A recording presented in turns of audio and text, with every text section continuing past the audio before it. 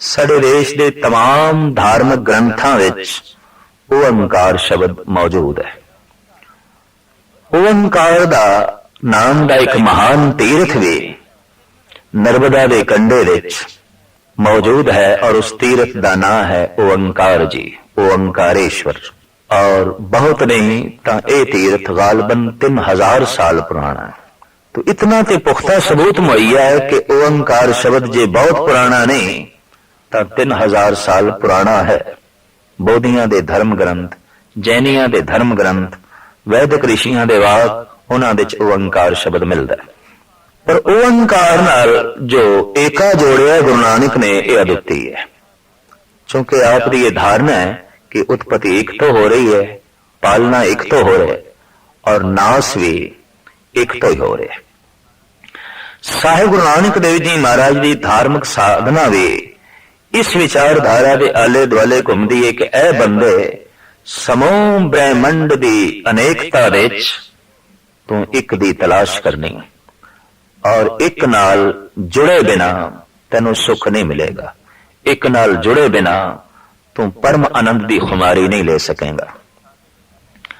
अनेकता ते सागर दियां लहरां ने, लहरां कोई छोटियां ने, कोई वड्डियां ने, कोई बहुत वड्डियां ने।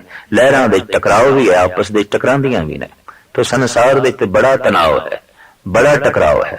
कोई छोटा है, कोई वड्डा है, कोई बहुत वड्डा है, कोई बहुत वड्डा है।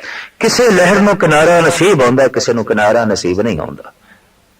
किनारे तो पहले ही खत्म हो जांदियां ने, मंजिल तक पहुंचदियां रस्ते च ही खत्म हो जांदियां। तो संसार विच कईयां दी मकसद की पूर्ति हो जाती है, कई विचारे विचकार ही रह जाते हैं। टकराव बड़ा है, तनाव बड़ा है, मंजिल तक सारियां ही लहरां पहुंचनियां चाहदियां ने पर है न बहुत।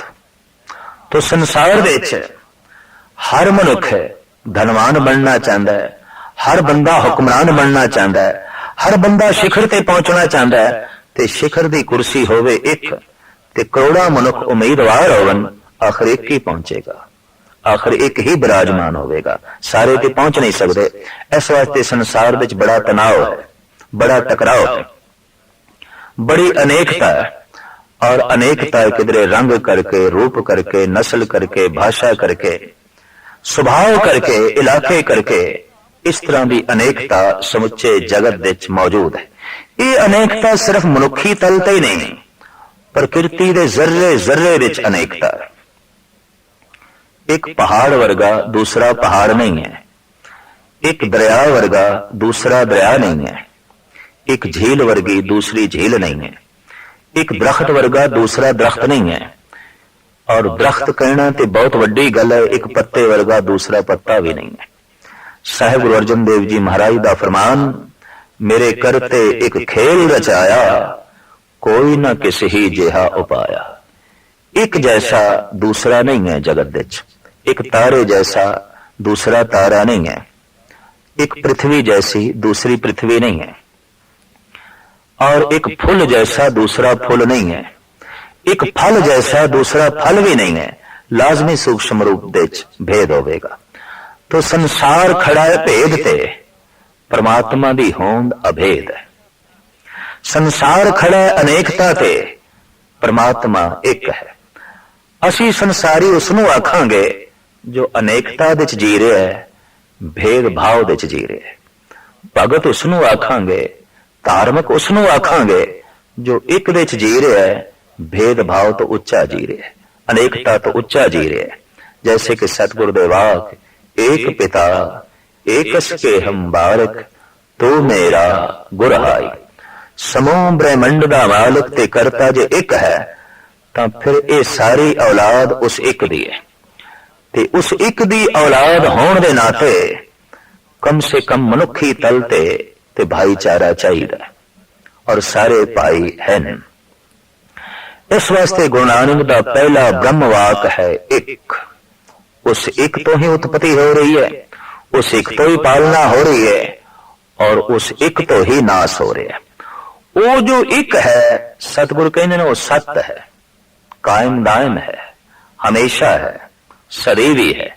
इस वास्ते जो दूसरा वाक निकलिया है, एक ओंकार सत्य, वो सत्य स्वरूप है, वो नेचर है, वो वो कायम दायम है।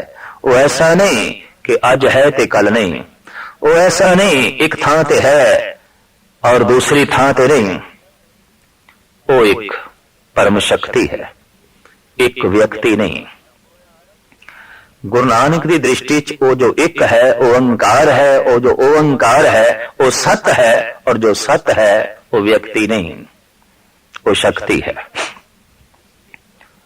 व्यक्ति तस्लीम कर दें, व्यक्ति दे तमाम दोष फिर परमात्मा नाल जोड़ने पैणगे। व्यक्ति च की दोष है? व्यक्ति दा जन्म है, ते जिसदा जन्म है उसदा मरण है। तो सतगुरु कहने आ जन्म है आ मरण है, तेरा कोई जन्म नहीं, तेरी कोई मौत नहीं।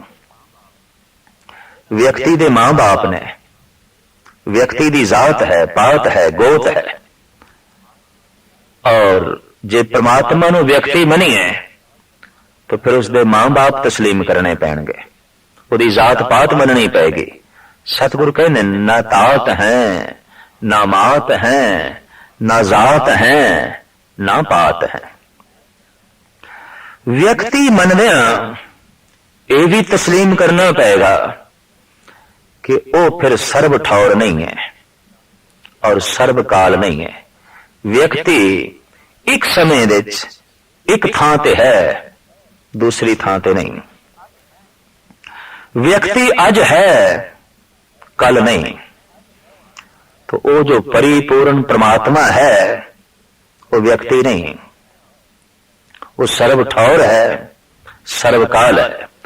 व्यक्ति मनदिया ये भी तस्लीम करना पड़ेगा वो स्त्री है कि पुरुष है, क्योंकि व्यक्ति दे दो रूप ने, स्त्री और पुरुष।